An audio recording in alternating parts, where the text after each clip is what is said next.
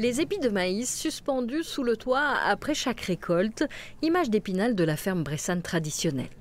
Celle des Planons, bâtie à partir du XVe siècle, a été classée monument historique en 1938 et depuis 28 ans, c'est un écomusée qui témoigne du passé. Le bâtiment a été acheté par le conseil départemental en 89. Les derniers fermiers sont partis en 92, puisqu'elle a été habitée jusqu'en 1992. Et en fait, elle a subi une grosse restauration, donc elle était vide, elle a été vidée, elle a subi une grosse restauration. On a réinstallé type ferme du 18e.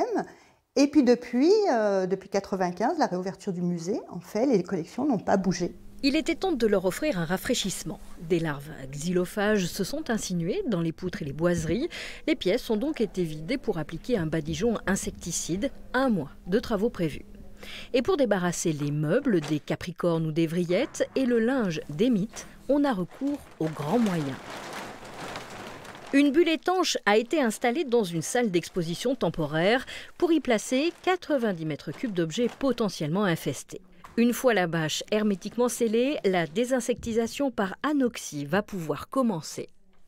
On envoie de l'azote gazeux jusqu'à ce que la concentration en oxygène baisse dans le milieu étanche pour tuer toutes les larves. C'est une technique qui est tout à fait adaptée au monde des musées.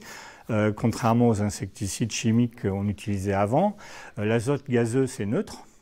Donc il n'y a pas d'interférence entre l'azote et le matériau, quel qu'il soit, que ce soit des peintures, des vernis, du bois, du textile, on peut tout traiter. Cette opération, qui va durer 21 jours, sera présentée au public lors des Journées du patrimoine.